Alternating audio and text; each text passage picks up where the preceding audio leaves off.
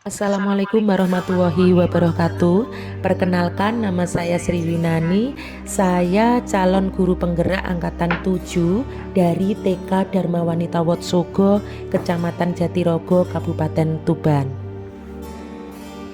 Pada kesempatan ini saya akan menyampaikan kesimpulan dan refleksi modul 1.1 tentang pemikiran dan filosofi Ki Hajar Dewantara. Dan sebelum saya mempelajari modul 1.1 mengenai refleksi filosofis pendidikan Ki Hajar Dewantara, saya akan menyampaikan apa yang saya percayai tentang murid saya.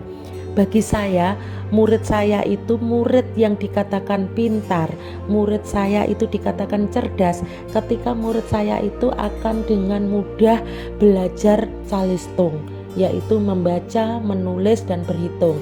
Anak-anak yang cepat belajar tentang membaca, tentang menulis, tentang berhitung, itulah anak-anak yang memiliki potensi yang besar, yaitu anak-anak yang pintar dan anak-anak yang cerdas. Sehingga saya mengabaikan bahwa setiap anak itu memiliki potensi yang berbeda.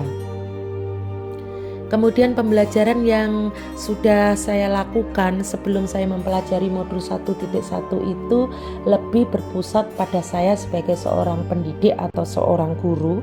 Anak-anak akan menunggu arahan dari saya untuk mengerjakan kegiatan apa, dan juga secara tidak langsung saya juga memaksa anak-anak untuk menyelesaikan kegiatan pada hari itu. Satu misal, saya memberi 3 kegiatan secara kelompok A, kelompok B, kelompok C. Walaupun kegiatan yang saya sajikan berbeda, tetapi pada akhirnya anak ini mau tidak mau harus mengerjakan 3 kegiatan tersebut. Dia suka atau tidak suka, dia harus mengerjakan 3 kegiatan tersebut. Di sini kemerdekaan anak sudah tidak ada lagi, kebebasan juga tidak ada. Mereka hanya melakukan apa yang saya arahkan. Akan tetapi, setelah saya mempelajari modul 1.1, pemikiran atau perilaku saya banyak mengalami perubahan yang sangat signifikan. Contohnya, saya tidak lagi memaksakan anak untuk menyelesaikan semua kegiatan, tetapi saya memberikan kebebasan kepada anak agar anak memilih kegiatan mana yang disukai.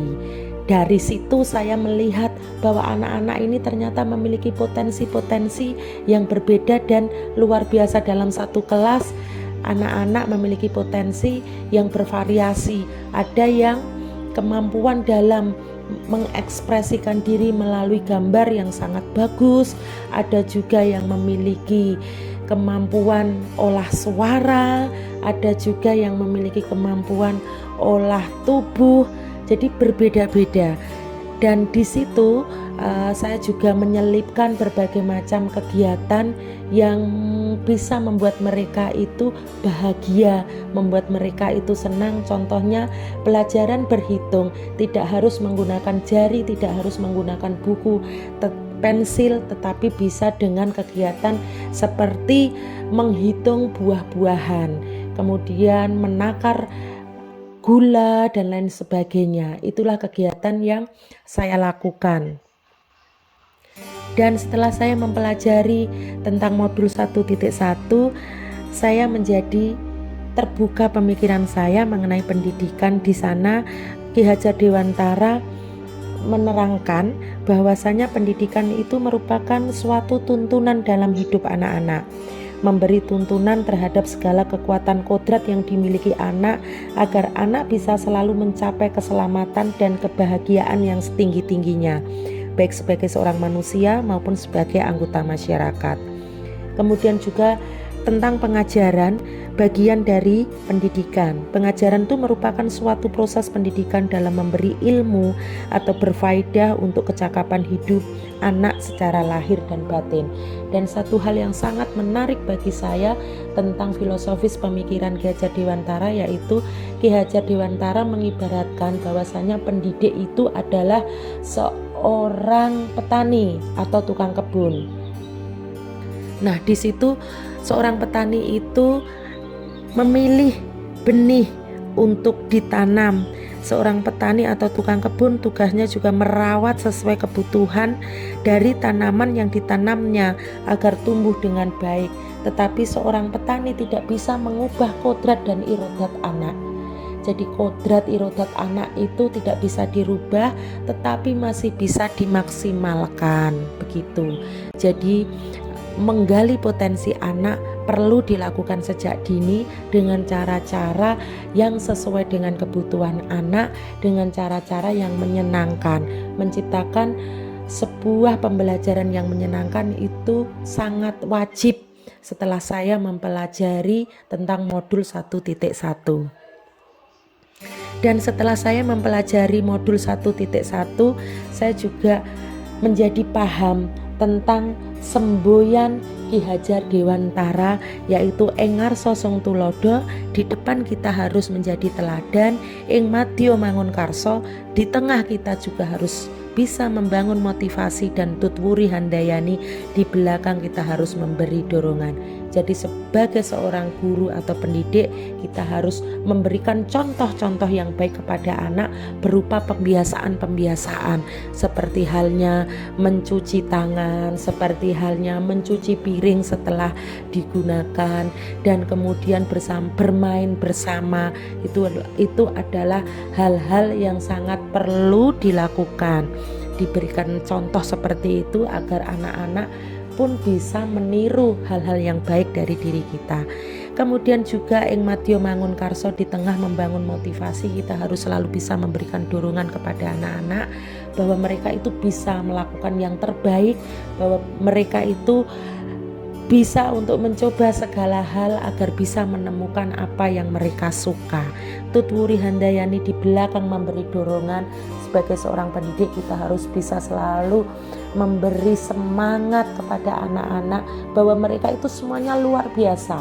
Mereka itu semuanya hebat dengan potensi yang dimiliki yang berbeda-beda. Yang berbeda itu tidak selamanya jelek, tetapi yang berbeda itu justru luar biasa.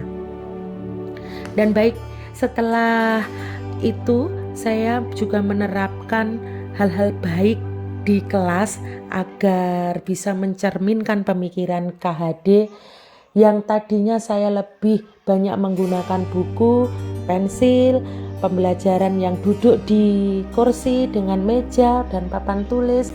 Saya mulai sedikit-sedikit meninggalkan itu dan mulai mengajak anak-anak untuk mengerjakan hal-hal yang konkret. Satu misal, anak belajar untuk membuat jus buah naga. Dari situ anak secara langsung belajar menghitung berapa potong buah naga yang harus dimasukkan ke blender, berapa sendok takaran gula, terus kemudian berapa sendok susu yang harus dicampurkan.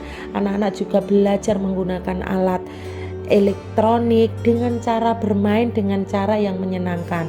Setelah jusnya pun jadi, anak-anak juga bisa mulai mengenal warna dan lain sebagainya. Yang tadinya belajar hanya di dalam kelas, saya mulai mengajak anak-anak untuk belajar di luar kelas, untuk mengenal lingkungan sekitar, begitu.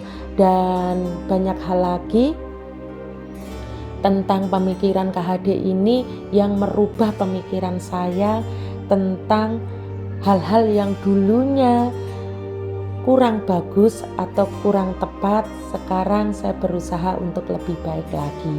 Terima kasih, salam dan assalamualaikum warahmatullahi wabarakatuh.